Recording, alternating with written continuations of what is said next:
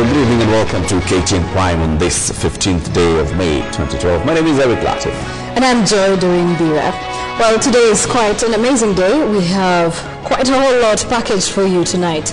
And Anne Kiguta as well will be joining us shortly to give us quite some details.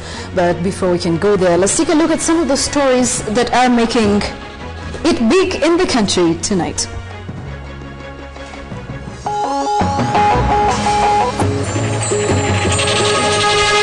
The National Executive Committee instructs the party leader, who is also the Prime Minister of the Republic of Kenya, to immediately nominate a new Deputy Prime Minister. ODM Council now instructs Raila to replace Mudavadi as Deputy Prime Minister. IEBC slashes its budget following an uproar by members of Parliament. But you have done very well in again running away from responsibility. I consider that to be the common practice we see in government. Chair. Where government ministers. It's Nyong'o's turn to provide answers on the NHIF scandal. And still on KTN, celebrations as Free School Milk returns.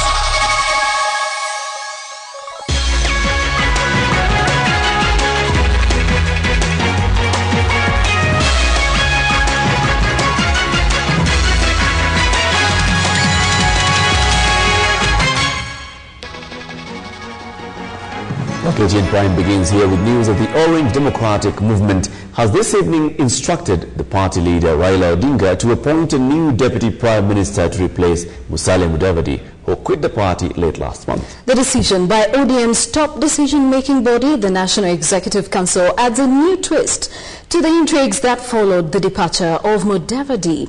Already Mudavadi has indicated that he will not quit the post and only Parliament can set him off the position that was created during the formation of the Grand Coalition government. Here's KTN's senior reporter Arun Acheng with the report. The Orange Party top decision-making organ, the National Executive Council, says since Mudavadi left ODM, he will not represent the interests of their side of the coalition, and since he has shown no commitment to resign as Deputy Prime Minister, it is now up to the party leader to appoint another deputy.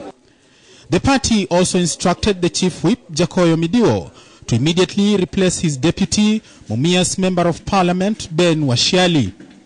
The National Executive Committee instructs the party leader, who is also the Prime Minister of the Republic of Kenya, to immediately nominate a new Deputy Prime Minister. ODM's argument is since the party and its coalition partner PNU were both nominating a candidate to deputize Raila, it would automatically mean that should one quit the nominating party, then it would be mediocre to retain the job. We will, however, continue to serve as Deputy Prime Minister. Utakapoleta hiyo mswada ya kutoa Mudavadi, na mimi nitaleta mswada ya kutoa wewe kama Prime Minister. Last time Raila flexed his muscles in the cabinet appointments was when he suspended the then Agriculture Minister William Ruto and his education counterpart Sam Ongeri.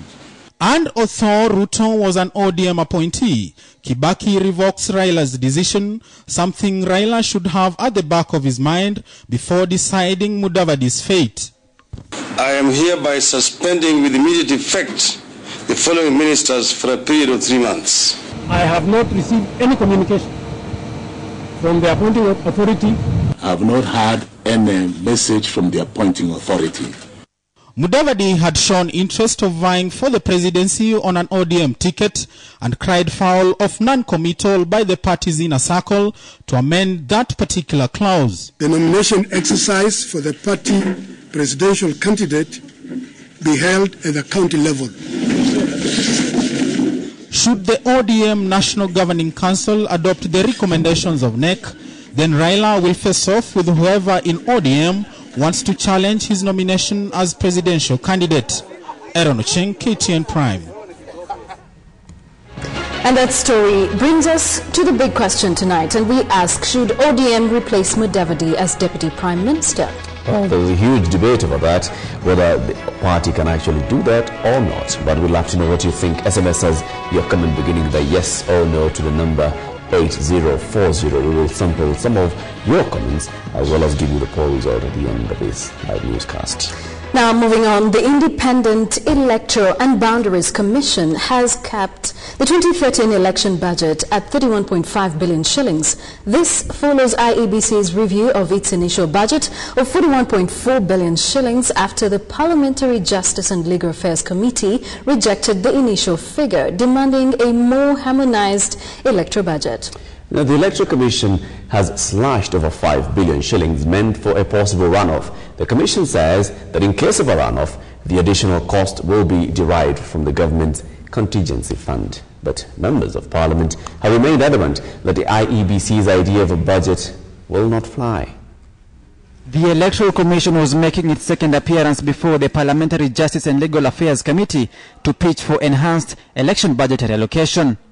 After being sent to the drawing board to review its 35 billion shillings budget, IEBC today announced a 31.5 billion shillings budget, slashing 5 billion shillings budgeted for a presidential runoff, rejecting Treasury's 17.5 billion shillings allocation. As a result of Parliamentary Committee's guidance, the Commission has reviewed and rationalized its budget to Kenyan shillings 31.5 billion.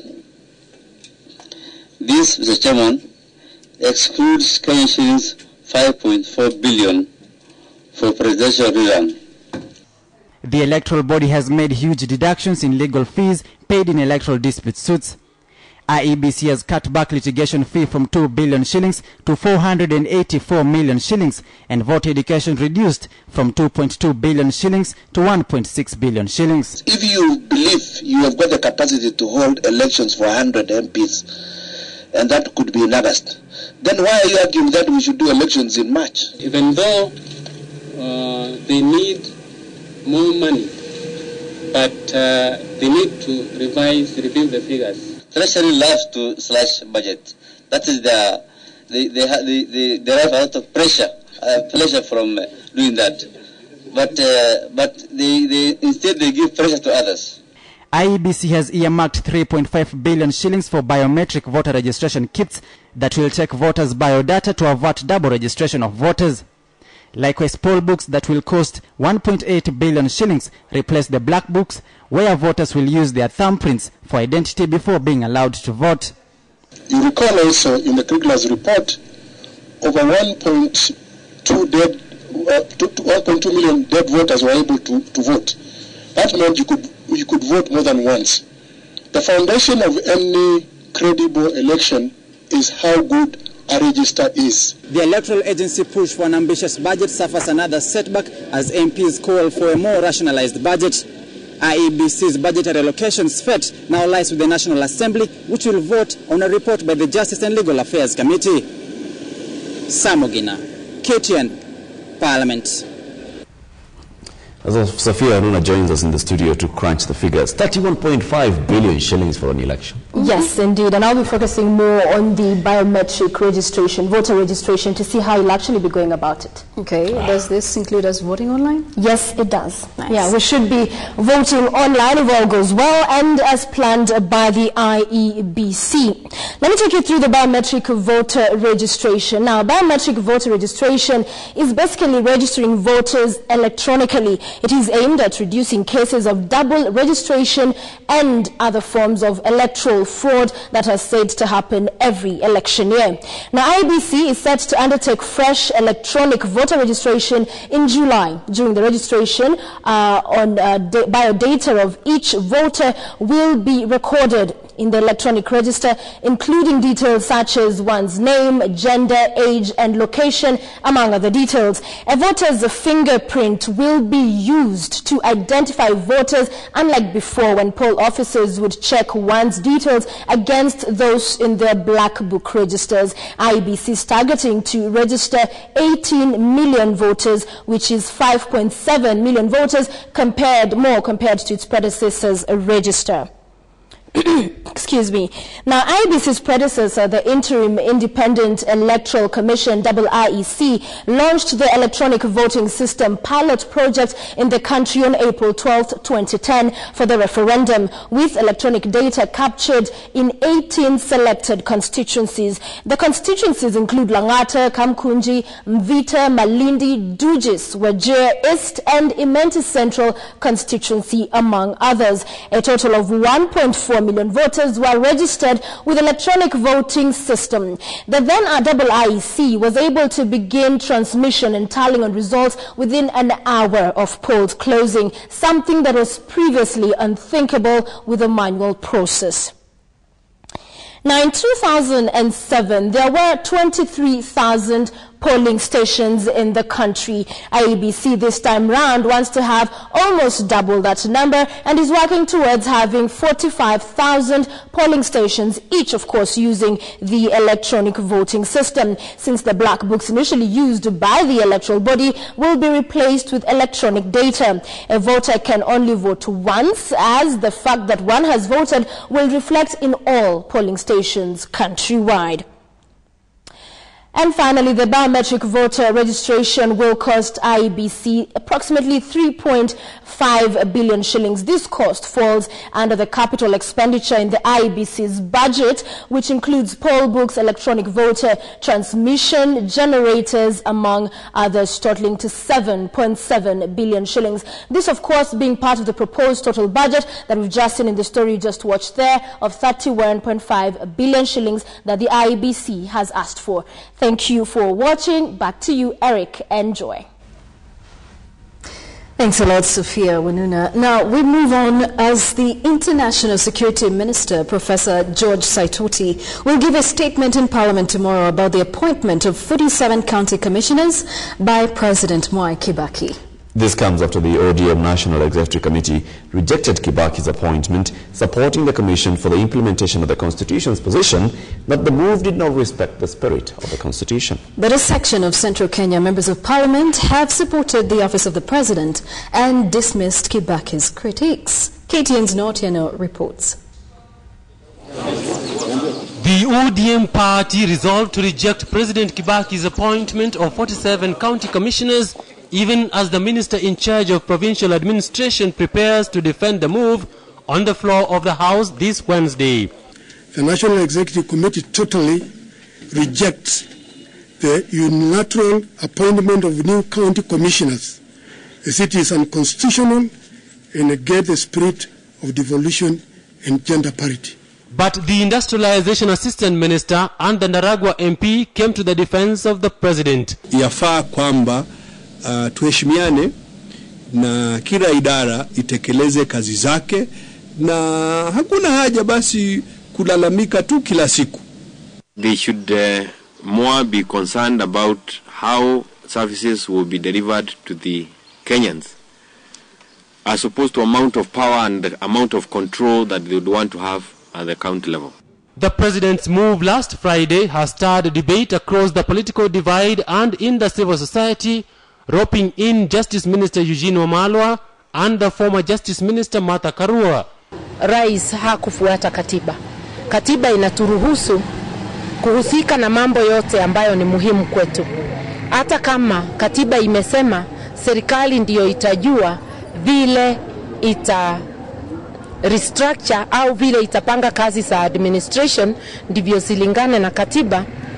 Rais hakutupatia nafasi au serikali haikutupatia nafasi kama Wakenya tujadiliane hiyo mambo. I would encourage that consultations be carried out widely and deeply to ensure that we don't have a situation that we witnessed when we went into the last general election. The President's office is expected to fiercely defend the appointments, basing their argument on the fact that the Constitution expressly states that the national government is the one charged with the restructuring of the provincial administration. The CIC, however, insists that the President has an obligation to consult other implementation organs and to allow for public participation in the appointments. Now, KTN Prime. So just what is this furore about the appointment of 47 county commissioners, and why is, for example, the Commission for the implementation of the Constitution so furious about it? Well, joining us now in Studio B is Anne Kiguta, who is with the chairman of the CIC, Charles Nyachae. Anne. All right. Thanks very much, Eric, and good evening, everyone. We're speaking to Charles Nyachae, the man who is charged with this enormous task of protecting the Constitution and its implementation. He's going to be telling us more about the recent county commissioner appointments and whether or not they were done in accordance with the law. Thank you so much for always making time to speak to us. Let's begin with this. What does the Constitution provide for in as far as restructuring provincial administration is concerned, and then the implementation of county governments? Okay, and I think in answering your question, I need to say I think part of the confusion in the debate right now is the question of whether is what the president sought to do. Did he seek to restructure provincial administration, or was he doing something else? Because we are getting mixed signals from government. I saw the Gazette notice. The Gazette notice states that the appointments are made pursuant to Section 17 of the 6th schedule of the Constitution, which deals specifically with the issue of restructuring of the provincial administration. And that gives central government that role. I'll come to that in a minute. On the other hand, yesterday, both the minister and the PS in the office of the president, I understood them to be saying that no, this was not restructuring of the provincial administration. We were merely doing deployment. The same day yesterday, other people in government, the vice president in particular, said yes, this was restructuring of provincial administration, and this was done correctly by the president. So there is confusion and mixed signals in terms of what is coming from government.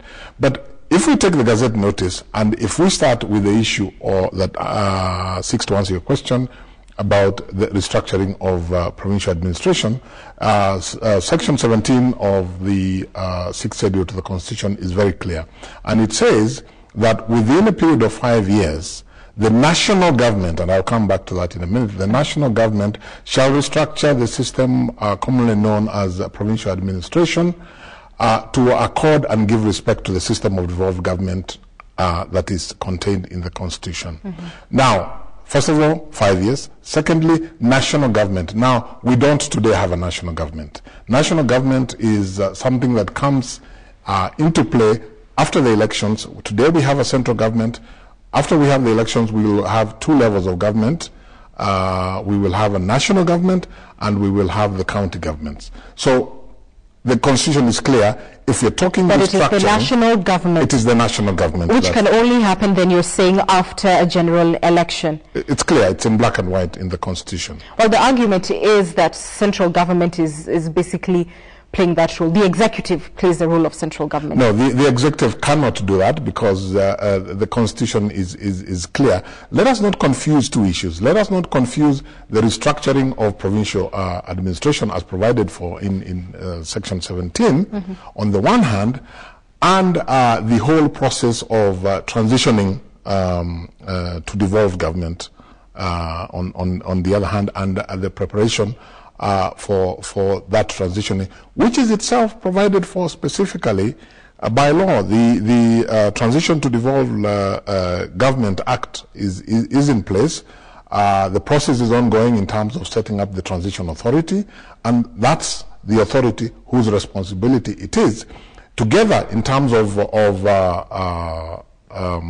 Section 15 of the 6th schedule, CIC has a specific mandate to oversee that process. So for you, these are unconstitutional appointments. What was sought to be done, and what I'm saying is that if what was sought to be done is to restructuring it, then it's clearly outside the Constitution. But if it wasn't about restructuring provincial administration, and so you're saying provincial administration then would still exist, how would this take place? Because some of the roles that we've seen being given to these county commissioners are those which are performed right now by provincial administration. So The left hand doesn't know what the right hand is doing? You see, the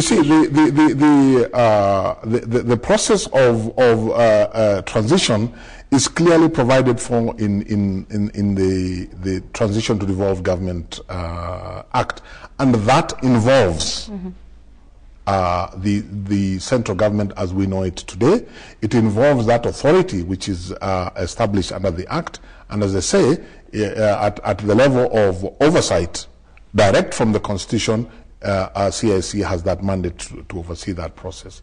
Now, having said that, if the intention of appointing the county commissioners was to restructure provincial administration, then that would be outside the Constitution.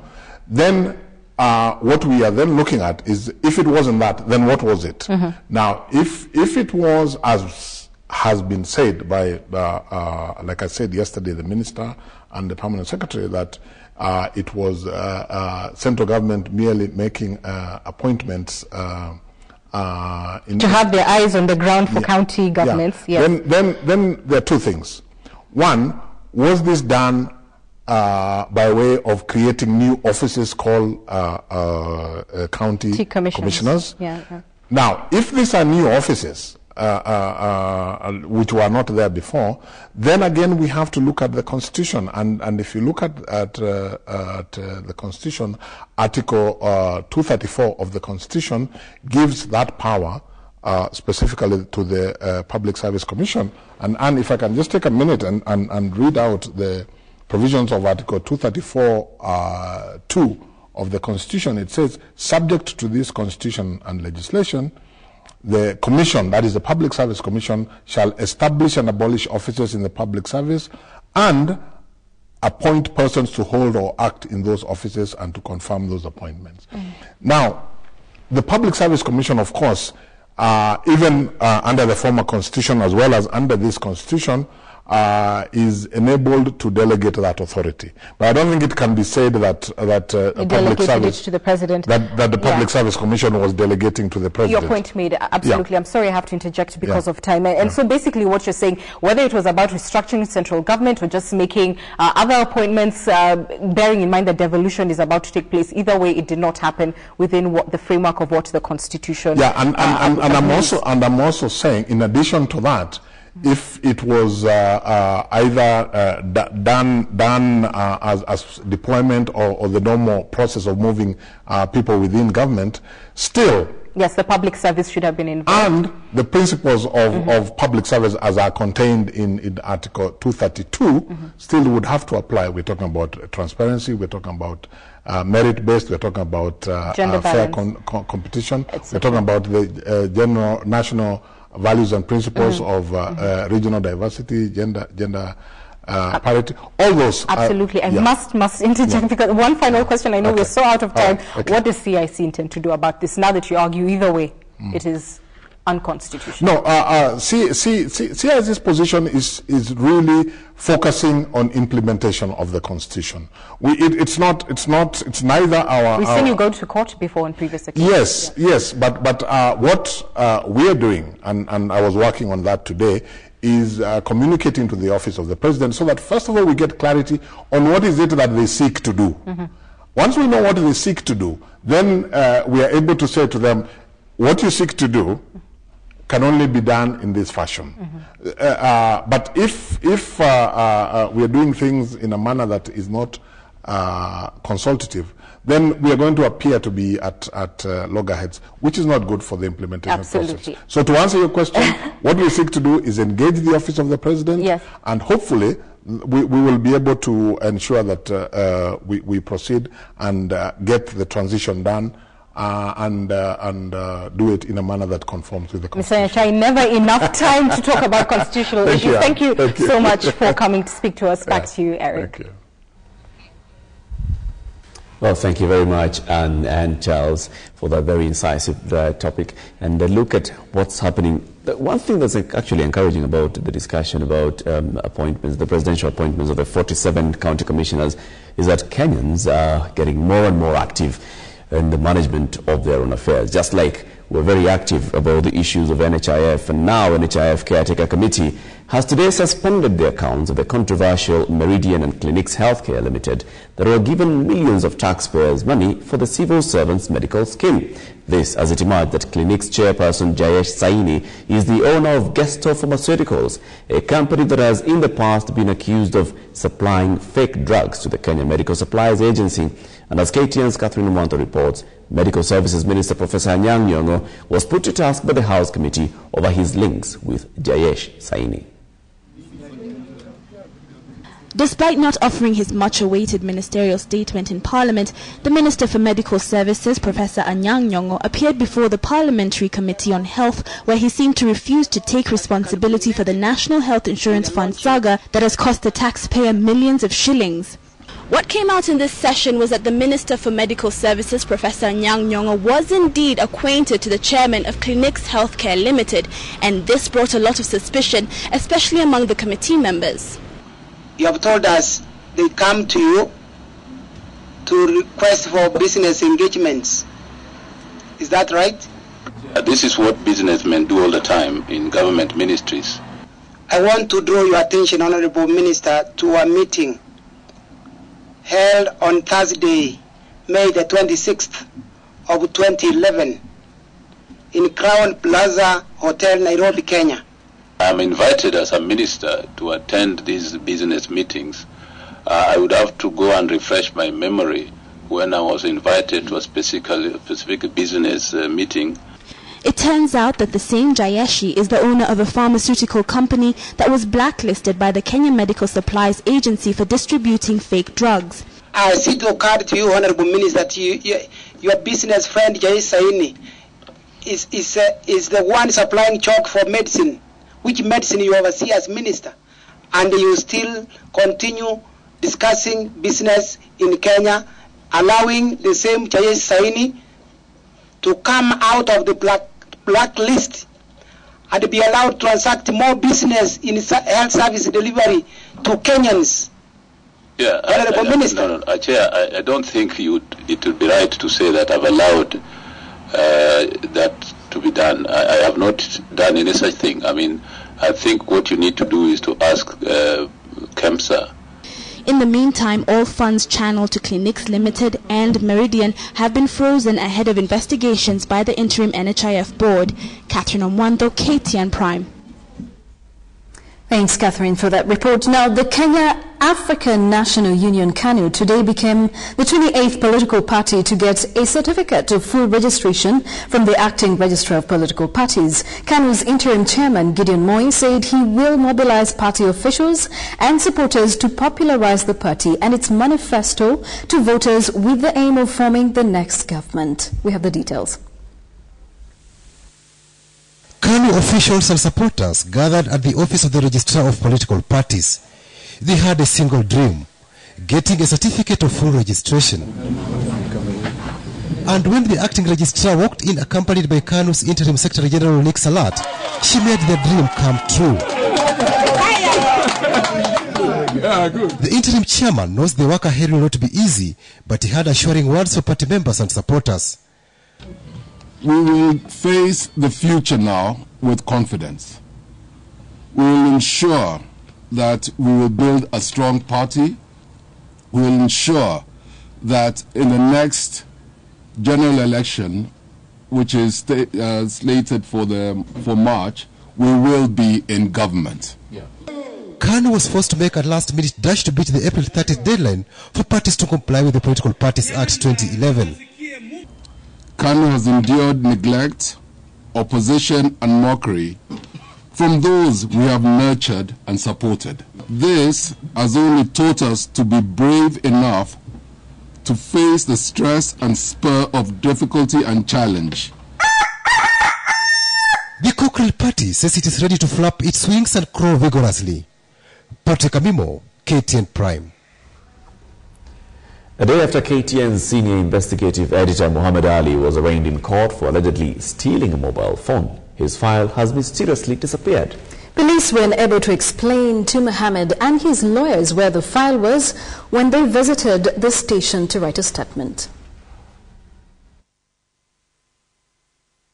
Just a day after being arraigned in court, police are now unable to explain the sudden disappearance of senior investigative journalist Muhammad Ali's file.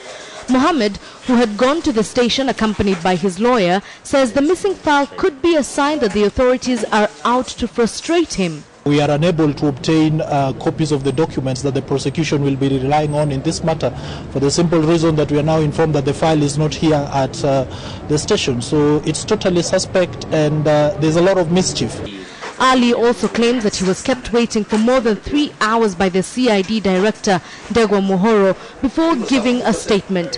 When the security director was asked about the delay, he allegedly told them that he was waiting for instructions from his seniors. These things are supposed to be done before he's arraigned in court, so it's highly suspect why they arraign him in court without concluding their investigations and then now subsequently want him to appear here. The investigative reporter, known for his hard-hitting exposés on KTN's Jicho Pevu, was charged with stealing a phone and handling stolen property. It is, however, curious that he was not arraigned in court until 8 months after the alleged incident and was not allowed to give a statement before going to court. Yesterday, on behalf of the Standard Group, the Deputy Chairman and CEO Paul Melly issued a statement expressing concern over the apparent loopholes in the whole incident. The group maintains that it is still concerned over the intimidation and harassment that its journalists continue to receive. The Standard Group is urging the Commissioner of Police, the Director of Public Prosecutions and the relevant government authorities to investigate the matter fully and assure the security of the journalist. Let's remind you our big question tonight, which is, should ODM replace Musalia Mudavadi as Deputy Prime Minister? You can send your comments, beginning with a yes or no, to our SMS number, which is 8040. We will sample some of your comments at the end of this live newscast. While you're watching KTN Prime, just keep it right here, because just ahead, we will be telling you about free milk in primary schools.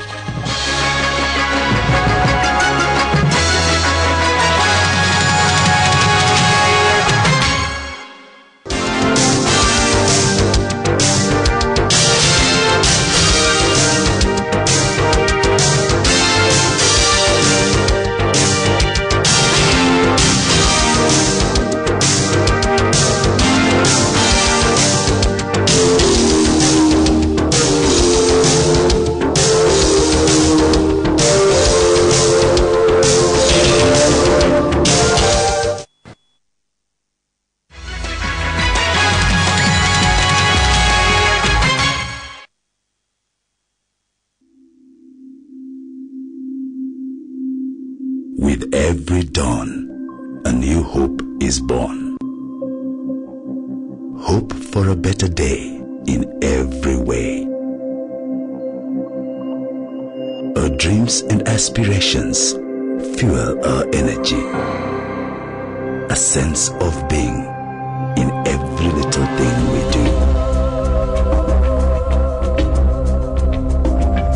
Bringing us closer in so many ways, with one agenda to achieve our goals.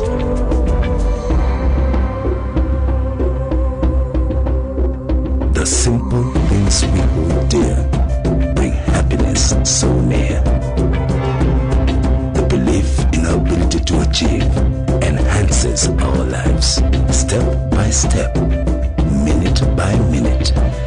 That distant goal draws ever so near.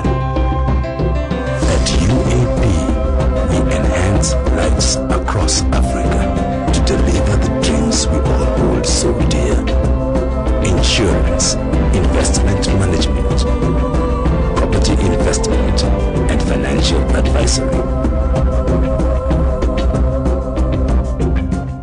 UAP, better, simple life.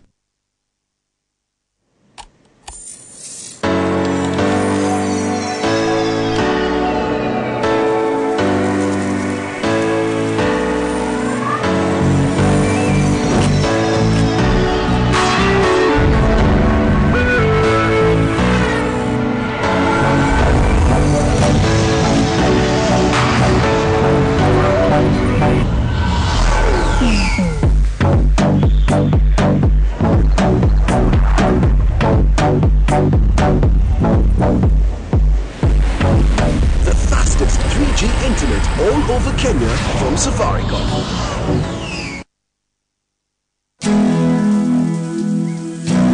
Escape to freedom. Indulge in fragrance. This is a life full of flavor. Serving up some of the best food found anywhere. You belong to me,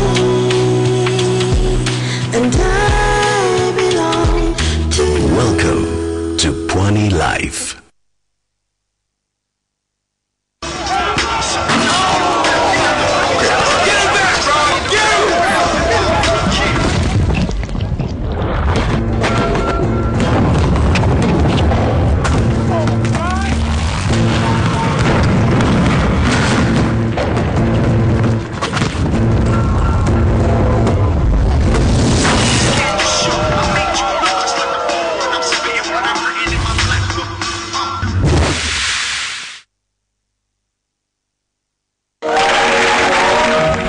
Breweries Limited, leaders in quality. And now, introducing another one from the home of quality. Triple distilled Crescent Vodka, now available. The home of quality. Truly Kenyan.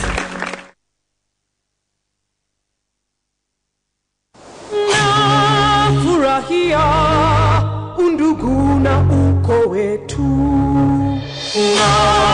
Sherekea kazi na bidii yetu.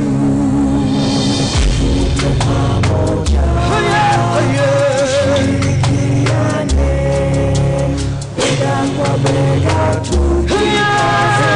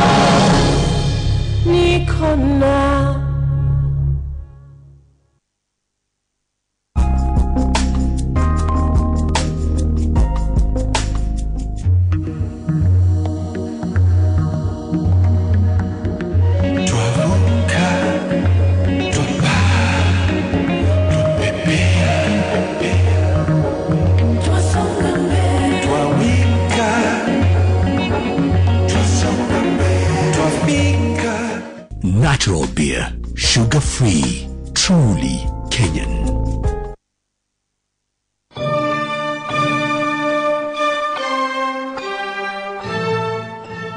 Wakenya wenzangu, mimi ni mwananchi kama wewe, au sio?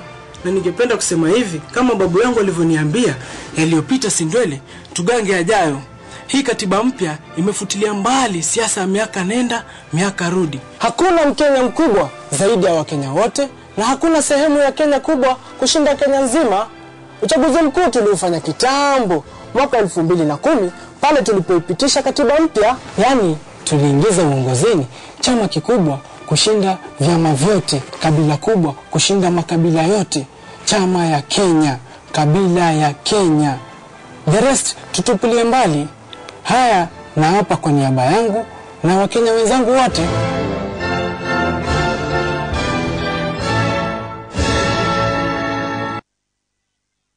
Here at Viceroy, we never stop passionately crafting our barrels and maturing our brandy the traditional way.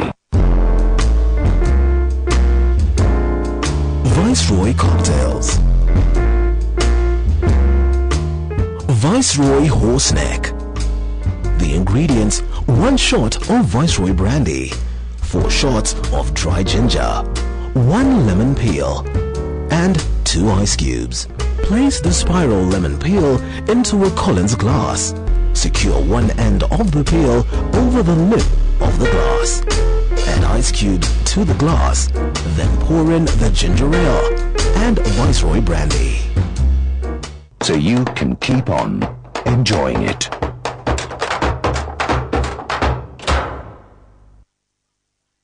At last, an investment group account for people with big ideas. For investment groups with big ideas, now there is the Fusion Group account from Consolidated Bank.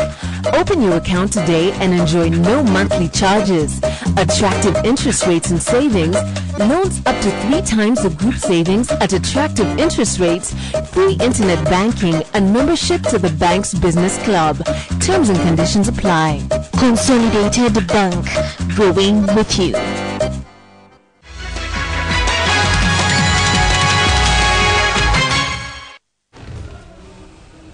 Welcome back to KTN Prime. Now we have some news that's coming in from Mombasa, and the news is that there has been a grenade explosion outside Club Bella Vista, that's on Moi Avenue in Mombasa. A grenade explosion outside Club Bella Vista on Moi Avenue in Mombasa. A lone attacker hurled the grenade at the club, and then as he was fleeing, he dropped a pistol.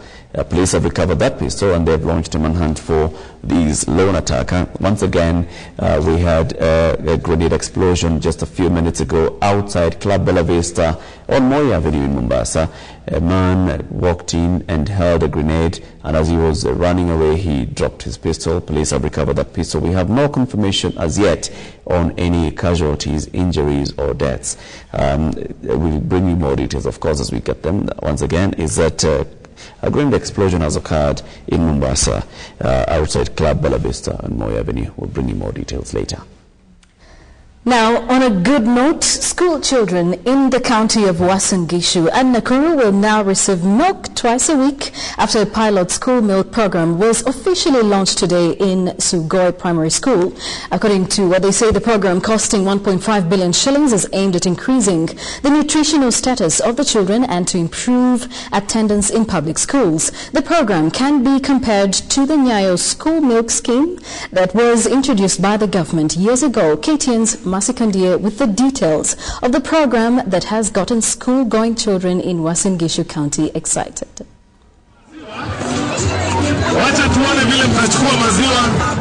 The rush to better nutrition, school children from Uasin Gishu County receiving the first bunch of milk as the pilot school milk program is launched officially in Sugoi Primary School.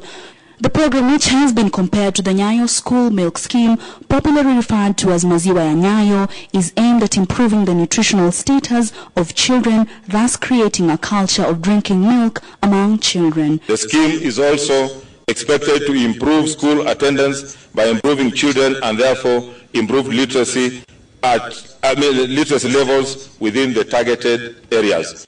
Government ministries involved in the program, Tetra Pak Company and the new KCC, are meeting half the cost, while parents are expected to contribute 7 shillings per week to ensure each child gets to drink the milk twice a week.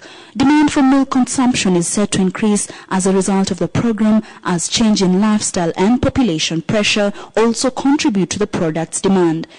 I want to make a special appeal that it does not remain pilot for a very long time. We want all the children in the Republic of Kenya to benefit from this program. Bado kuna matatizo katika bei ya maziwa. Na ni kweli mkulima akiuliza lita moja ya maji ni shilingi 120. Inakuwaje lita moja ya maziwa inakuwa shilingi 25? The program is currently running in Uasin Gishu and Nakuru counties in public schools. If successful, it will be rolled out in other counties. The program is also expected to raise household income for farmers. The introduction of the pilot project has got these children excited, and they hope that its success will also benefit them, that they will continue drinking milk. Masi Kandi reporting for KTN in Sugoi Primary School in the county of Uasin Gishu. Now, once again, to recap, our breaking news is that police have launched a manhunt for a man who hurled a grenade a short while ago, a grenade at the club Bella Vista on Moi Avenue in Mombasa. We have a word that he dropped a pistol as he was fleeing the area. That's outside Club Bella Vista on Moi Avenue in Mombasa. Hurled a grenade and took off. We do not know exactly how many people have been injured, but we will be bringing you details of this story as we get them. Again, it's a grenade attack outside Club Bella Vista in Mombasa's Moi Avenue. A man walked in, hurled a grenade, and as he took off, he dropped a pistol. Police have recovered that pistol and they've launched a manhunt for the sole assailant, and of course they've cordoned off the area and rescue officers are there to treat any injured people. We'll bring you more details on this. Now, since the entry of donor funds to fight HIV in the year 2003, the quality of life of people living with HIV and their families has improved remarkably. The reality of dwindling funds now has many people living with HIV in fear. Tonight, in our continuing series, AIDS, the Emerging Threat, KTN's Ansol Mwendia takes a look at the impact of HIV funding on other diseases associated with HIV.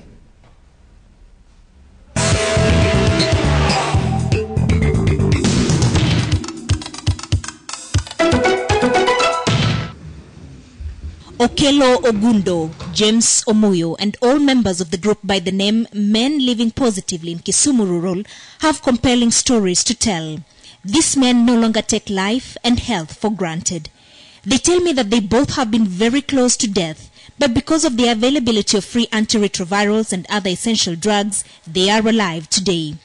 The first time Okello visited this Ampath facility, a facility which specifically treats HIV-related diseases at Chulaimbo Sub-District Hospital, he was barely surviving. He says he tested positive for HIV. My CD4 count was 1. That means in every 1 millimeter cubic or 1 drop of his blood, he had just 1 cell to detect the presence of disease and inform his system to mount a response. A healthy person has between 500 to 1600 CD4 cells. What is even more baffling is the second diagnosis doctors made. Okello had skin cancer, known medically as Kaposi sarcoma. It is a common opportunistic disease among people living with HIV. He says his skin from head to toe was covered with lesions and ulcers. He was admitted at the Chulaimbo Hospital, put on antiretroviral treatment, and started on cancer treatment. In 6 months, his condition started to improve and his CD4 cell count increased. And now I have 971 CD4 count cells. And in fact, I have totally improved. I'm living positive. I have a wife who is also HIV positive. James Omuyo is also a beneficiary of the Ampath program. He too had HIV and skin cancer. He lost hope of living. Because of the state of his skin, he says, at the time, he hid from people. I was not the way you are seeing me. I was different. I was looking like a ghost. But after enrolling on the comprehensive care, I was assisted due to the presence of that donor funding.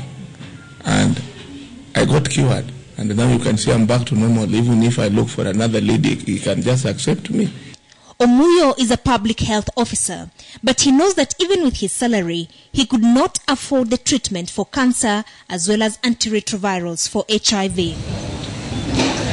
Chulaimbo is just one of the many Ampath facilities distributed across western region of Kenya, covering Rift Valley, Nyanza and western provinces. Some of their clients include Omuyo and Ochieng.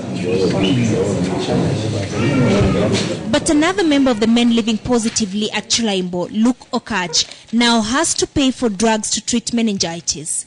Ampath confirmed it no longer receives funds to treat opportunistic infections. Luke has an appointment with his doctor today at this Ampath facility. I accompany him to the doctor. Previously he had an infection of the brain. It's called a cryptococcal meningitis. This is an infection which occurs in HIV patients, especially when their CD4 count is very low. CD4 count meaning the immunity basically is very low. So I had that infection, it was treated, and currently is on drugs to prevent the same condition from recurring. Luke had to take care of the other costs of managing his condition. It's what caused me even to go for a CT scan test, which was damn expensive for me. I had to do a fundraising for that. We drive out of Kisumu to the more underdeveloped Gwasi constituency. Our journey there is quite rough. The terrain is difficult. Even though we are using the right vehicles for this type of road, at times it takes great skill to maneuver. We finally arrive at St. Camilla's Mission Hospital in Karumba. Doctors here say the terrain has simply cut them off from the rest of Kenya. Today, there are no drugs for tuberculosis and malaria, among other essential medicine. Meshak Obilo, the antiretroviral program manager, describes the supply of such drugs as erratic. The distribution is done by the government, so it has been off and on. The irony here is tuberculosis is the biggest known killer of people living with HIV. Malaria follows closely, especially this area being a malaria belt and the season known for high incidence of disease. We advise on infection control mechanisms just to make sure that whenever they live, as they cough, as they go their daily lives, they don't infect the rest. Meanwhile, we wait for the supply. Obilo says funds for drugs used to treat opportunistic infections have already reduced by half since last year. The major donor here is the US President's Emergency Plan for AIDS Relief, PEPFAR. This revelation surprised the Joint UN Program on AIDS, UNAIDS country representative Maya Harper, and the National AIDS Control Council chair, Professor Mary Getui, who had toured the area. So I'm a little bit alarmed to hear about erratic supplies of anti-TB medications. At the same time, you keep people alive through a phenomenal antiretroviral program, only that they die of TB or malaria, and it just doesn't make sense. And we've heard it at every center that we've gone to in the last 2 days. If we don't have enough attention on TB, if we don't have enough attention on malaria, then we are actually not making progress. Join me, Anso Mwendia, in the final part of AIDS, the re-emerging threat. That initial PEPFAR push was an emergency push, and we don't want to make the abnormal normal. As U.S. Ambassador Scott Gratian gives his government's position on HIV funding.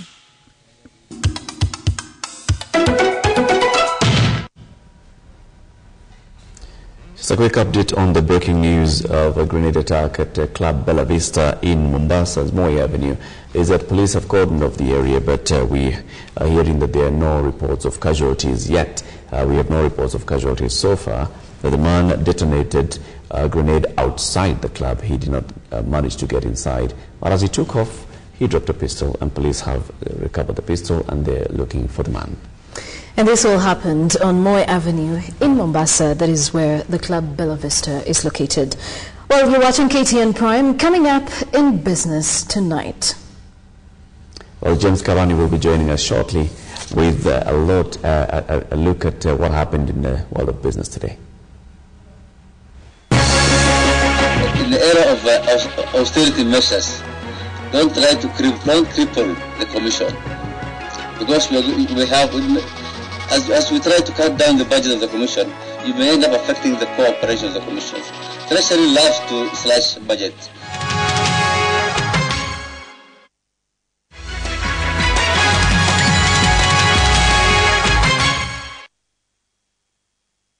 For 25 years, Visa has helped athletes get to the Olympic Games.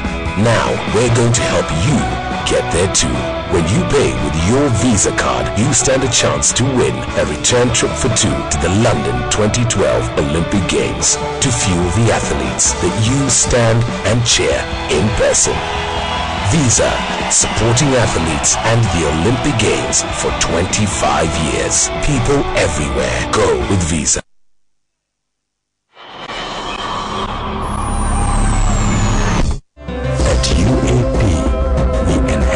Rights across Africa.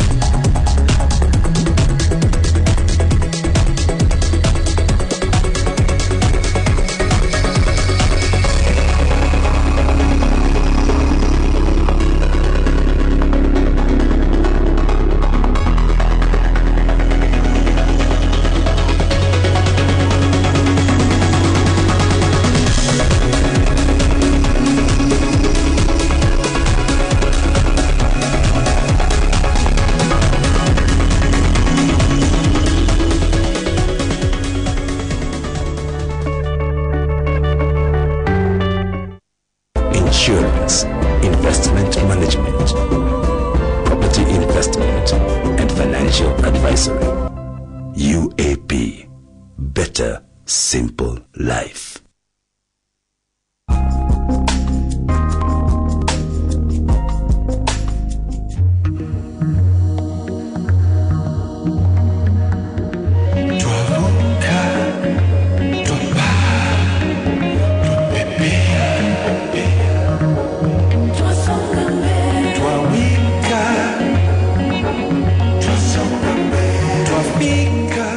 Natural beer, sugar-free, truly Kenyan.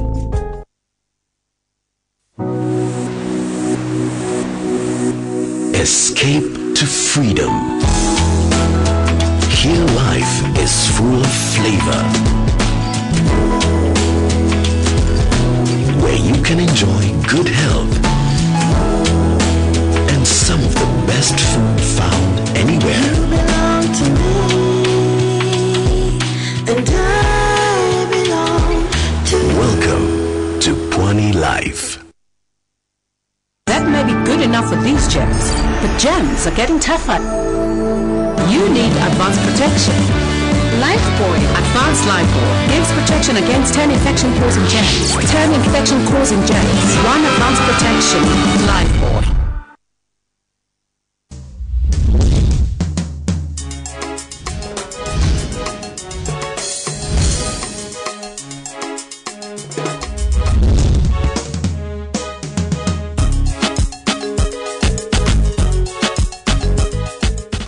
I think this chick should include the boyfriend sababu these things zimekuwa such a major issue in our society, so ndo mkuje to a conclusion so that hata kuwa na complication on anything, at least you are the two of you, itakuwa mtu mmoja. I think the girl should involve the boyfriend in the decision.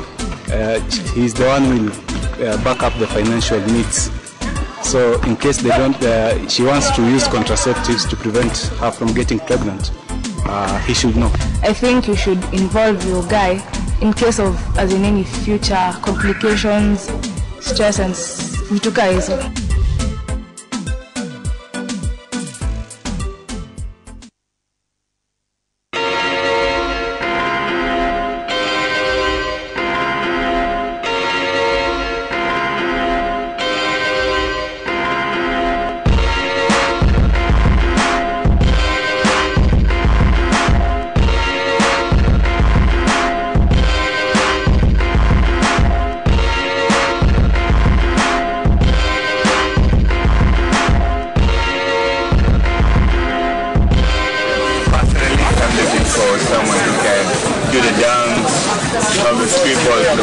And everything, and still play real basketball. That's the main thing.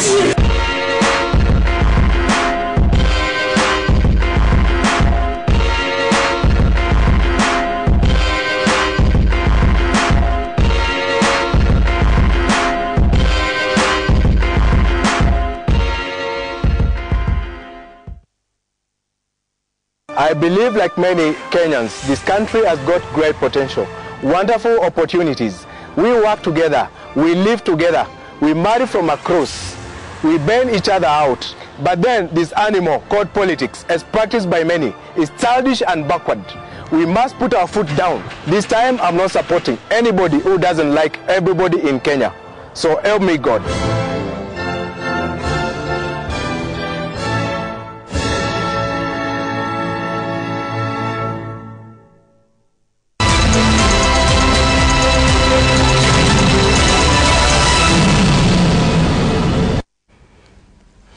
It's Tuesday, the 15th day of May 2012. I'm James Karani. Time for KTN Business, indeed the home of business. We begin with a report today that Kenya's economy is set to slow down to between 3.5 to 4.5% this year, as most sectors of the economy reported dismal performances in 2011 against a backdrop of slowed global economic growth from 5.0% to 3.8% last year, even as the country's external debt stood at a record 697.8 billion shillings, according to the Economic Survey for 2012. KTN's Boni Tunya filed the following report.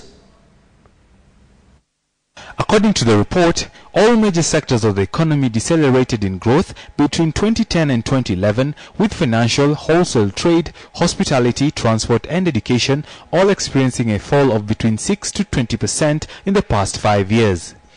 In terms of economy, certain factors must be present. Investment must be present, exports must be present, and production must be present.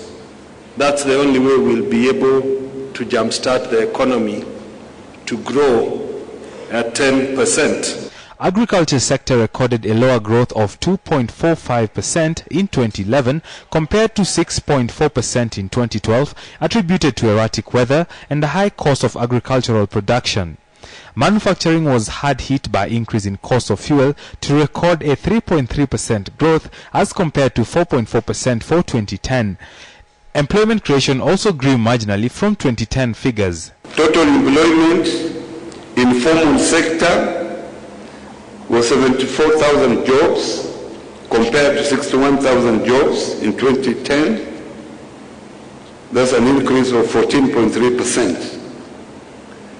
And in the modern sector or formal sector, most jobs were created in building and construction, energy, tourism, transport and financial services.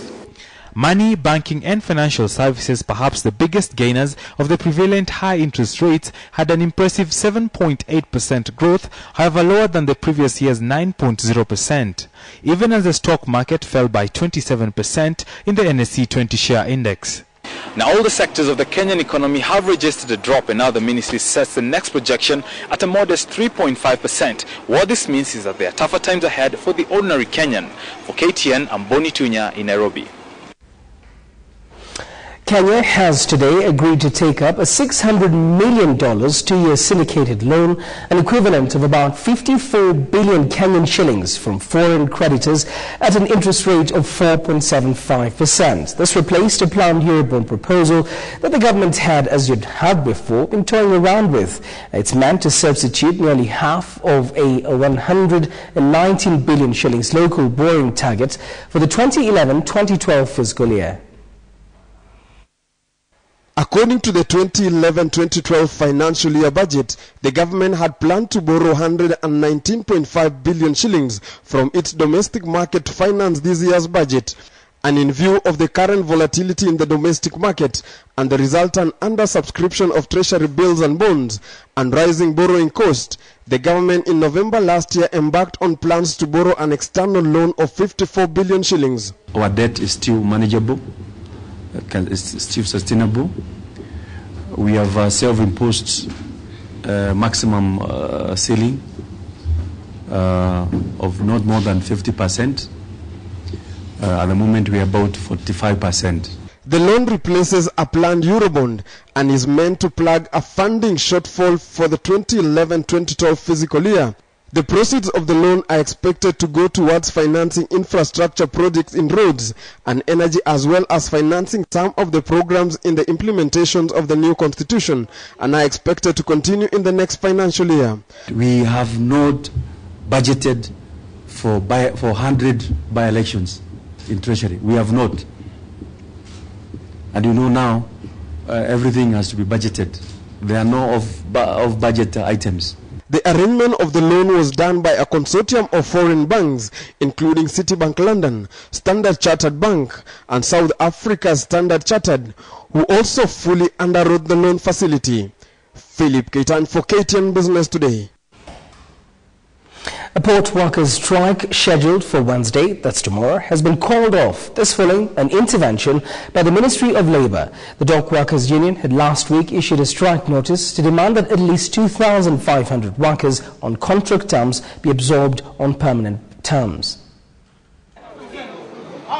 The Kenya Ports Authority received the reprieve this morning when officials of the Dock Workers Union asked its 6,200 members to continue working until talks initiated by the Ministry of Labour are concluded. Union leaders went round the port calling on workers to report to work as usual and wait for the outcome to the talks. Sheria za Labour inasema when there is a dialogue ambayo imekuwa created, ni jukumu la chama, ni jukumu la serikali ni jukumu ya Kenya Ports Authority au management kuenda kuzungumzia, kwa sababu wamepewa nini, fursa ya kuzungumza. The Ministry of Labour is expected to dispatch a high-power delegation to the talks headed by Deputy Labour Commissioner Isaac Rigwa. Sang said the union would call a members' meeting on Friday to discuss the outcome of the talks. Zawadi Mdibo, KTN Business Today. Well, let's finally take a look at how the Kenyan shilling performed yesterday. We told you that we'd lost ground in a couple of cents, this owing to the liquidity in the market and of course what's happening in Europe. Well, as you can see, not a very big change today. We're still within that particular region. Today we've registered slight gain of less than even 5 cents. So we're still at 83 shillings and 84 cents. And as you can see here, we also have 83 shillings and about 4 cents for the selling price. A quick point to this, we had the central bank coming to the market today and they were seeking to mop up excess liquidity to the tune of about 5 billion shillings. They were not able to get such kind of a bid. They got about 2.44 billion shillings, so that did show up the shilling. And so the market still continues to be very positive because the central bank seems to be keen on maintaining this figure. We've been seeing the 83 shilling level for quite some time.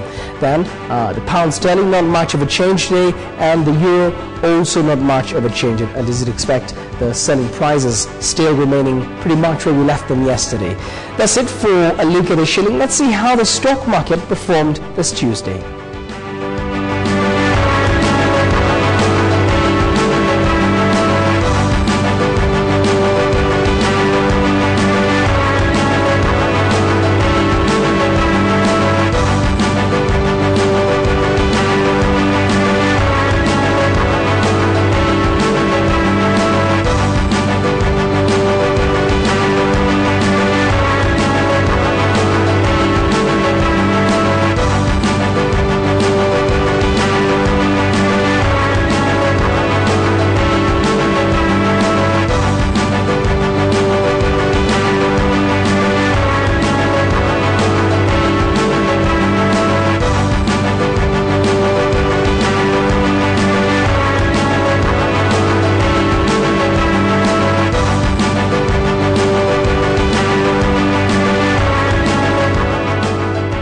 That's it for KTN Business Today. I'm James Kalani. Nicholas Mudimba is up next with KTN Sports News.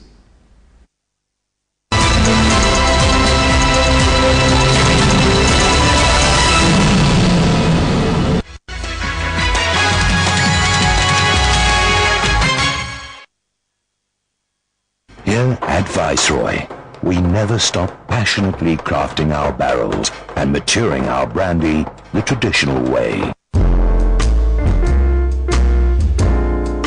Viceroy Cocktails. Viceroy Alexander.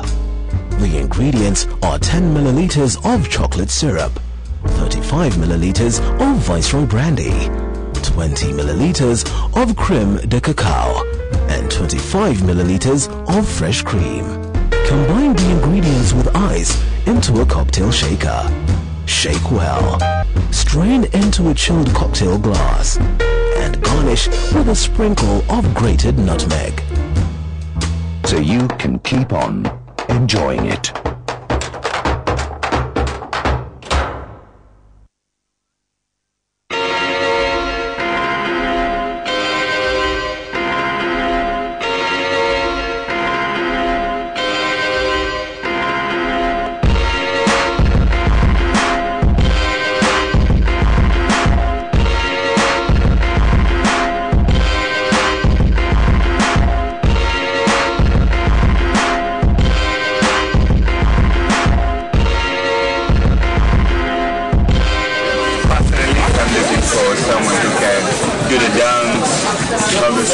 The crosses and everything, and still play real basketball. That's the main thing.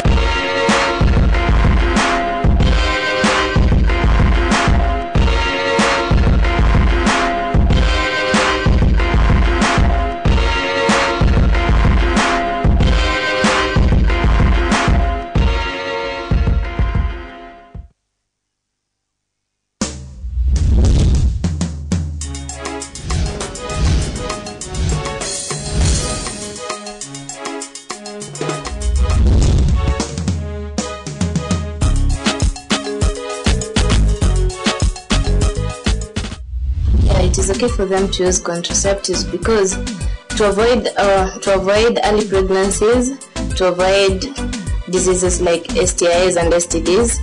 I think it's not okay because there are many side effects.